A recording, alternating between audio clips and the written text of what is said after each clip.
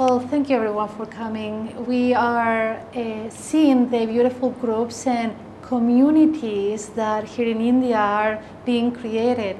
Communities have a lot of forms and shapes. We are going to share about the community that we come from, but don't underestimate what you have here, because this is the seed of what it takes to create a community.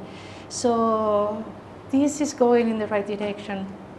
I would like to start with an extract of the introduction of this book, Series of Light. Swami Kriyananda wrote this book, I think it was like around 10 years after Ananda started, so it was already things taking shape.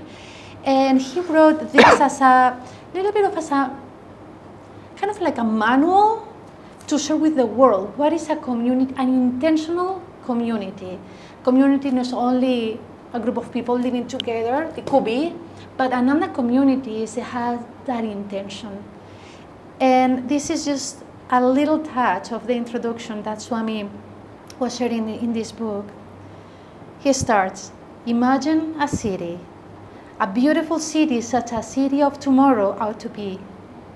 Imagine homes joyfully designed according to their residents' needs, their outlook on life, their taste, the way they relate to the land around them. Imagine a farm and dairy land not struggling for lonely, competitive survival, but ownership of them shared by all and a vital part of the life of everyone. Imagine shops where the keynote is friendship, where the salespeople think in terms of giving to the customers instead of taking from them. Imagine a place where people are more important than things. Imagine a community of people who know how to cooperate joyfully together with kindness in their hearts for one another. Imagine a community where the leadership is supportive, not bossy, where the emphasis in leadership is on serving, not on ruling. Imagine a city where when someone needs help, everyone freely and lovingly joins in helping him. Imagine a city that doesn't place self-interest first, but that takes into account its impact on the well-being of society at large and adjusts its expectations to the greater good. Imagine schools that seek, along with their formal curriculum, to teach students how to be happy. Imagine a city ruled by a conscious quest of happiness and peace of mind, and not by economic greed. A city without crime, a city where goodwill and honesty are taken for granted. Imagine a community forums where everyone wants and expects the decisions to be based on truth, not on opinion, on what is right, not on what is merely desired. Imagine a life based on a search for inner crystal clarity of mind and heart. Imagine a place where people's hearts are simple without selfish motive, where the residents sincerely love truth and God, and strive to see God equally in all mankind. Swami Kriyananda keeps going and going, describing this, imagine a city, and it's very interesting to see that that city actually exists. And we can find it in Ananda village. As Swami said, as a laboratory, it's like an experiment on how societies can be. Some of you may know Nayaswami Devarsi, is that right? How many? Just for me to have an idea. Nayaswami Devarsi. Wonderful. He was one of the pioneers in Ananda village. He lived for many decades there, and eventually he moved to India. At some point, he started coming back every year to Ananda village. And every time when he comes, we try to have a satsang with him. It's a blessing to have him there. And he always, every time he says, there is no place on earth like Ananda village. You don't know what you have here. And it touched our hearts every time. Like, really? Like, do we get to be here? And not only live here, I moved recently, but for many years I will come and visit for a period of time just to experience that. And what it makes Ananda Village so special. Well, one is that it has been already like 50 years in the making. So we cannot compare. This is like half a century like growing and developing. But another great thing is that of the 250 people that are there, 250 people are Kriyavans. And they meditate daily. And they live for God. And they work for God. And they raise families for God, with God, in God. And can you imagine, like, only if you meditate already, you're creating this field of peace and joy and love. Can you imagine sharing that with 250 people, that everyone is focused on the same goal? Master Paramahansaji, he said, you need to become a laser beam, so focused that you can penetrate even metal. So this is a way to live. It's a focus on God. So it's beautiful to see that different people have different roles. As Bharat was saying, those that are teaching classes, they are anchoring God. But those that are fixing the faucets, they are anchoring God. Sometimes we joke that when we go to the dumpsters just to dump or the trash, we have satsang. Because you can find there anyone in the community, and the least you expect, there is a saint. There is many people that they don't have public roles, they don't teach, they actually reject being like in the public settings. And it's transforming just by being in their presence. And there are so many examples. When I first came to Ananda Village, I was visiting for a short period of time, summer. I was in college, so I had just a little bit of time. And it was impressive how everyone was part of what it was happening. It's not that it was an area and just a few people were in charge of that. Everyone understood that this is my community, I want to be part, I want to help, I want to be a cause. And it was very interesting just walking on the streets and on the paths there, because the streets are very humble. Ananda Village is very humble. But this lady in particular caught my attention. She was just like pruning a tree. And some days later, I saw her just like cleaning part of the road. And days later, she was setting up for a kriya. And days later, she was giving Sunday service. It's like how before I would think, no, the gardener trims the tree. The kriya minister does the kriya. But here this person was doing everything. And everything was a service to God. And that opened my heart into a new reality. What is life about? It's to live in God, to serve God, whatever we do. And everyone needs to do their part. It's like a flower. There's many flowers, and each one has its purpose. So I would like to introduce Dhyan. He's my husband. He's the manager of the community. And you can take it from here. It's great to be here. It's really nice to be here. This is my third time in India, and it's been 10 years since my last visit. And as we all change, so does our environments and the countries in which we dwell. And it's a different India from what I remember 10 years ago. And it was a joy, actually. We got to share some time together, 6 months in Watunde village, you know, where the Kriya Yoga ashram is. So it's a delight to be here, really. It warms my heart.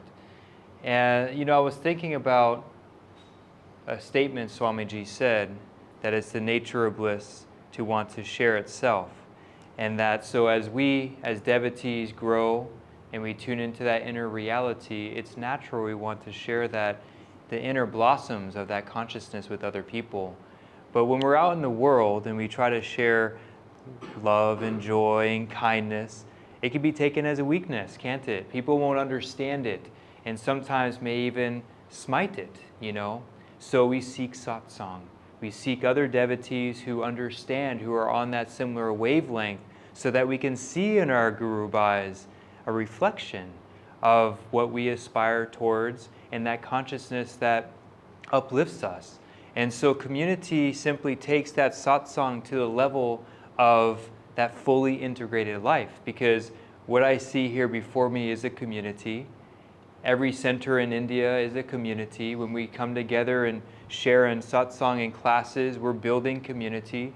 You know, COVID was a really interesting thing for me. I'm sure it was challenging here in India as well as it was in America. But when I went to the supermarket, all we had were people's eyes. We can only connect with people's eyes. We could no longer smile. We could no longer really engage. But I felt in that limitation was an opportunity to bypass what we typically, how our exchanges are, and go deeper into the vibration of exchanging energy in the eyes and really connecting in a deeper way. And I could feel that in a shared challenge was bringing forth a new sense of community. People started feeling hungry to connect with other souls. And so for us, we have a shared challenge, don't we? We aspire to be like the great ones. As Master said, you know, the purpose or the role of the disciple is to mimic, is to pattern their lives after the Guru. Wow, tall order. That's a lot. That's a shared challenge. And so we get to support each other in that challenge. We get to forge the strength and the encouragement in our interactions. So Ananda Village is a place, as Bharat said, for 50 plus years now. And this community started off with that seed thought of Yogananda-ji that world brotherhood colonies will spread like wildfire, that youth must go north, south, east, and west and spread this message of world brotherhood. And Swami at that meeting, at that garden, the Hollywood garden party, felt the charge that I'm going to be the one to initiate this. And Ananda Village was the first experiment to establish World Brotherhood communities. And what you find there is magical, because it's not easy, because what happens when you don't have all the distractions of modern civilization, sure, we have Netflix, we have internet, we have all this stuff, but still, it's quiet. You don't have the traffic, you don't have the incessant noises. And so what happens in that is the challenge of only having yourself to work on and having the channels of Master to push your buttons, as we all have our buttons to be pushed, but the support is there. The reminder is there. You know, I was thinking about the fully integrated life that Master has invited all of us to embrace.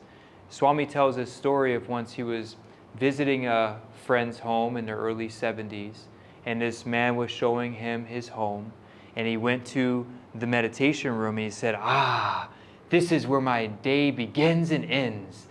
And though Swami could appreciate that man's inspiration for his meditation practice, he saw that there was something missing, because everything outside his meditation practice was somehow outside of God.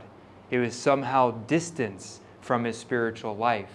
And the path of yoga, as we know, is a path of union. It's a path of integration. And so Ananda, I think, simply represents the opportunity that Master has given all of us to live that fully integrated life. And I think the one secret to that is God remembrance. Because how do we integrate our life? How do we find inspiration in our work, even if we're a lawyer, a doctor, a mother, a father, whatever it is? How do we find inspiration?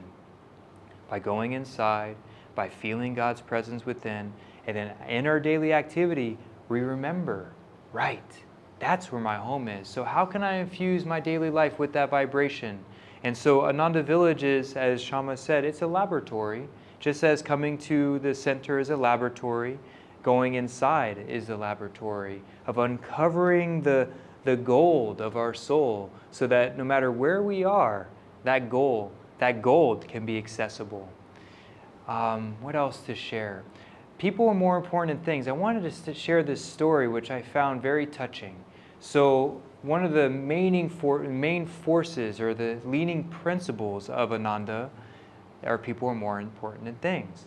Now, that's easy to practice when people are our friends. As Jesus said, it's easy to love our friends and our loved ones, but love thine enemy, right? That's where the real test is. And so people are more important than things we're constantly being tested in that. So now in my new role, I'm on the housing committee, which we discuss shifts in housing. And a cooperative community is just that. It's built on cooperation. It's not everyone's an island just doing whatever they want. It's really like, what's best for the community? What is the bigger picture? What's trying to happen here? So housing is a wonderful puzzle. And we had this unique situation come up where this person was living in a basement apartment, and the relationship between the tenants upstairs was very tense. She has health problems that make it difficult to sleep at night, so she tries to sleep at day when they're active, and the noise transfers, and she's sick, she's upset, they're upset. It was a bad situation. But the only caveat is she has no money. So she was living in a very inexpensive unit. Fantastic for the village, for the organization, right? But we realize the harmony among these gurubhais are being compromised. Now, I'm observing this. I can't claim any credit for this, but it was very inspiring because what I noticed in observing the conversation and where it was going, the need was there. We have to move her. She's not able to stay and she's not able to thrive in her current situation, but she can't afford another apartment. So Divine Mother orchestrated it that the only apartment available was the most expensive on the property. So we had a choice. Does the village, the organization, take the financial hit to support the devotee? Or do we say, sorry, we can't do it, you don't have the money, practical reasons, right? It all sounds good on paper, but is that people are more important than things? And all of a sudden the decision is like, we are going to move her, we're happy to support her.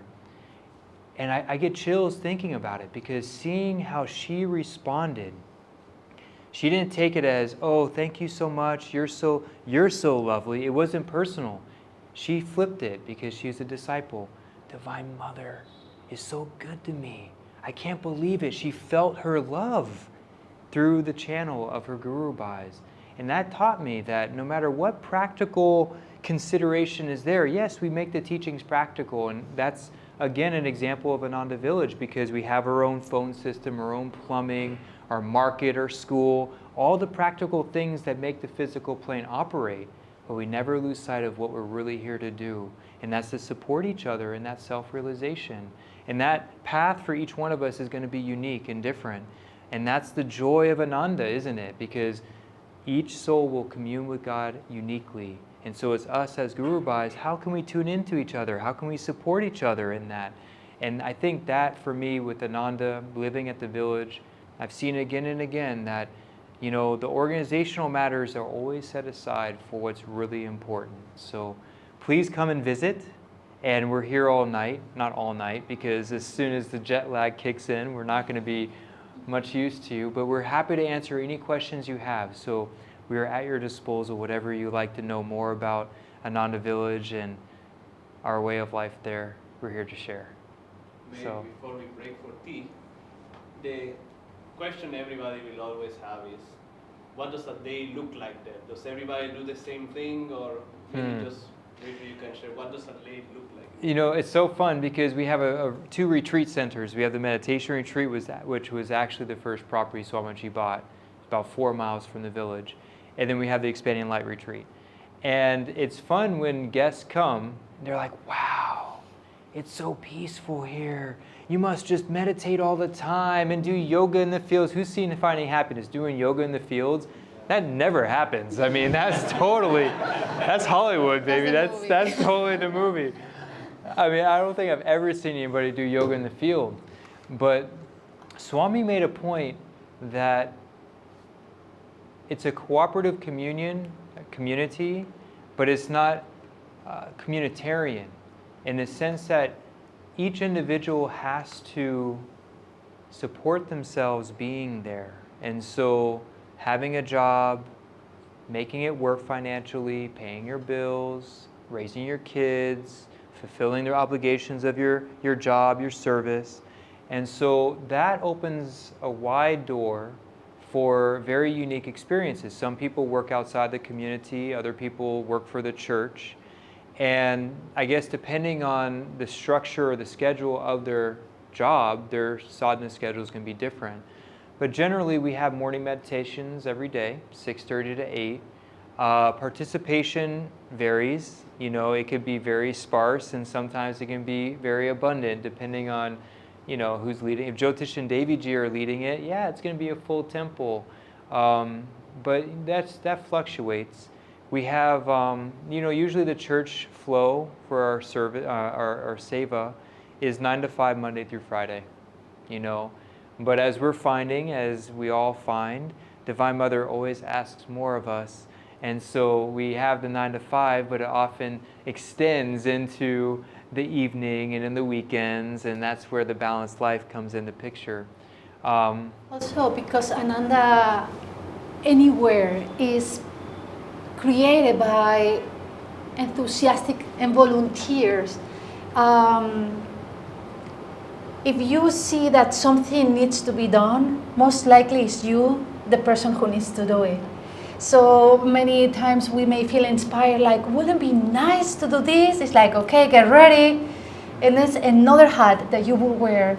And yeah, it takes a lot, takes energy, but actually it's when you surrender into that energy and you offer yourself and that willingness into the activity, the cosmic energy flows through you.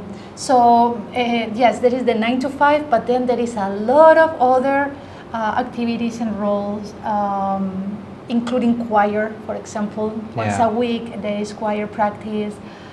Evening meditation. Classes, support for newcomers. Yeah, there is a whole structure. We can get into more detail in a moment. But this reminds me, you know, Swami would say, you know, usually if you notice something that needs to be done, you're the one that should be doing it. So Naya Swami Prakash, who was Swami's secretary for a number of years, he was a brilliant teacher. He was a professor in, you know, the university. And yet, here he was feeling there was still something missing. There was an aspect that he was not giving to his guru in seva. And Swami would often say, make Ananda Park-like, because, you know, it was raw land. There was brushels. I mean, it was very, very tamasic in some ways, you know, just overgrown. And so he heard Swami say, make it park-like. He's like, yeah, someone should make it park-like. And he's like, wait a minute, that somebody's me. And he completely turned his life in a completely different direction. And he bought a little push mower and he started earning money, and that push mower became his first tractor. And then now he has like a fleet of 9 tractors, and he is the one who has made Ananda Park-like. When you do see Finding Happiness, the rolling green hills and open fields, that did not exist 30 years ago. And he's out there not anymore, he's in his 80s, but he was just out there every day, you know, morning and night, rain or snow. He's just always out there serving Master in the land. And so... And that's literally because at least one of the tracks is a snow plower. Exactly. So if it's raining, okay, the tractor to deal with the rain. If it's sunny, That's okay, right. let's clear the land for the fire not to burn. If it's snowing, he will be the first one clearing the roads so people can go to work. You know, I hope this isn't, you know, different thoughts. You know, jet lag is funny, right? Because you get tired and all of a sudden different thoughts pop up and you're like, I got to catch it when I can, you know. Jayaji, Naya Swami Jaya, he talked about the first time he met Swami Kriyananda. And this was after, you know, he was in the Berkeley area in the 60s, and so there were a lot of visiting Indian Swamis, and just the spirituality was beginning to awaken. And he went to go, I don't remember the Indian Swami he visited, but it was just very, like, he walked out in his white robes and he sat on a platform in lotus posture, just very, like, awe-inspiring. And he didn't feel like, you know, this isn't for me. And the first day he saw Swami Kriyananda, he was waiting for a class, And this man turned a corner to walk towards the classroom, which they were renting. And he was wearing, I think, a longi, and he was wearing an overcoat with dress shoes, and he was wearing like a French beret with, I mean, he was just like, and how Jaya said it's like, this is the Swami for me, completely himself. You know, there was no pompous, there was nothing, no frills. He was just a disciple seeking God. And I think that's one thing that's touched me, because when I first got on the path, I had an idea of what it was like to be spiritual. We hear, be like Swami, be like Master, right? Be like Swami, be like Master. It's like, oh, I got to be a teacher. I got to initiate people. I need to, be known worldwide. Be like him in his consciousness. Our outer roles will be very, very different, but that consciousness lives within us. And so the roles are just our way of awakening that consciousness and seeing souls like Prakash, what Shyama was saying, Anaya Swami Ananta, he's the gardener. Swami said, come back to the village. He and Maria, his wife, were leaders of Ananda Sacramento for 21 years. And Swami said, come back to the village and get the farm going and work with the youth. So here he was, taking the inspiration, taking the guidance from his Swami. And he's on that farm day in, day out. He'll give service, and you'll see him picking dirt out of his fingernails from that morning's duties on the farm. It's just nonstop. And it's interesting for me, because you see some people who are like, wow, if I was not a disciple, I would not, this is not my picture of like, that's what it means to be spiritual. Because of what they look like on the outside or the role they're doing.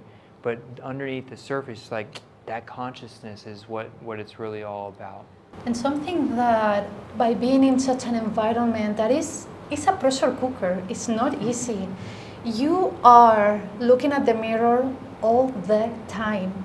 I've been living for many years in the world, and you can't just like say, okay, I will get to this tomorrow.